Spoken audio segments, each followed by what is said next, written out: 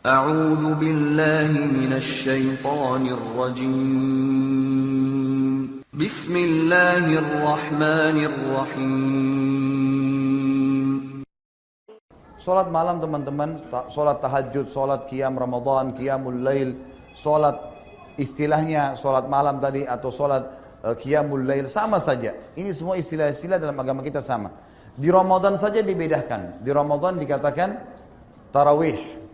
Tarawih artinya santai. Kenapa dibahasakan santai? Karena kalau di bulan Ramadan teman-teman, kalau ditanya mana lebih afdal, saya sholat tarawih setelah sholat ba'diyah isya atau saya sholat tahajud di akhir malam, khusus Ramadan, mana lebih afdal? Mana ulama Jakarta ini?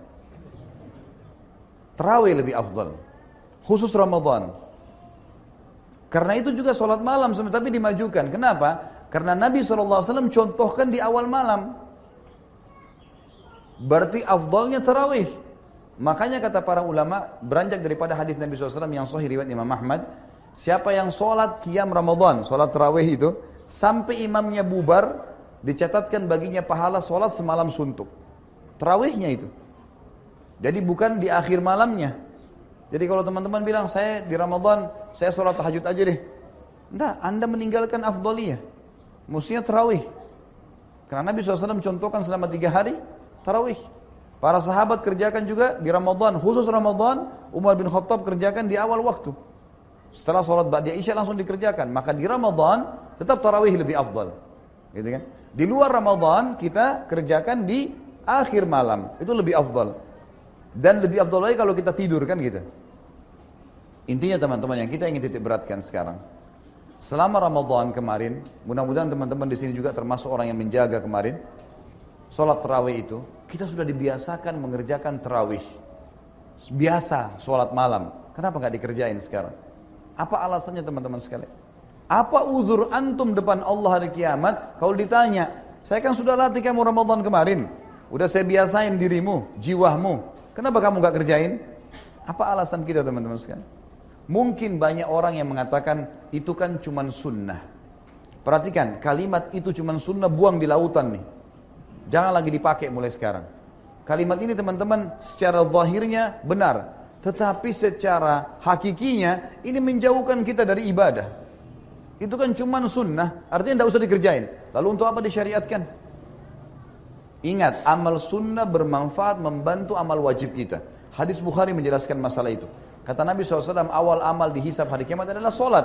Kalau solat baik maka akan membantu yang lain, kalau buruk akan mengganggu yang lain. Dan kalau sholat wajibnya ada yang kurang, mungkin kurang ikhlas, mungkin lupa wudhu, mungkin jumlah rakaatnya kurang, maka Allah berkata kepada para malaikatnya, cari sholat-sholat sunnahnya untuk melengkapkan sholat wajibnya.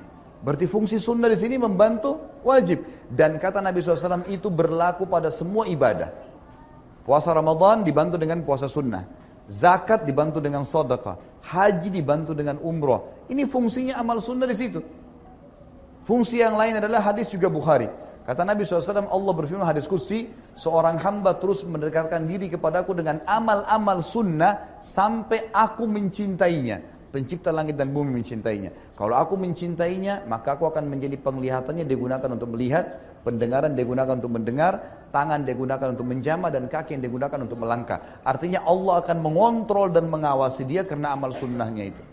Kenapa nggak dikerjain ini? Baik, saya lebih permudah sekarang.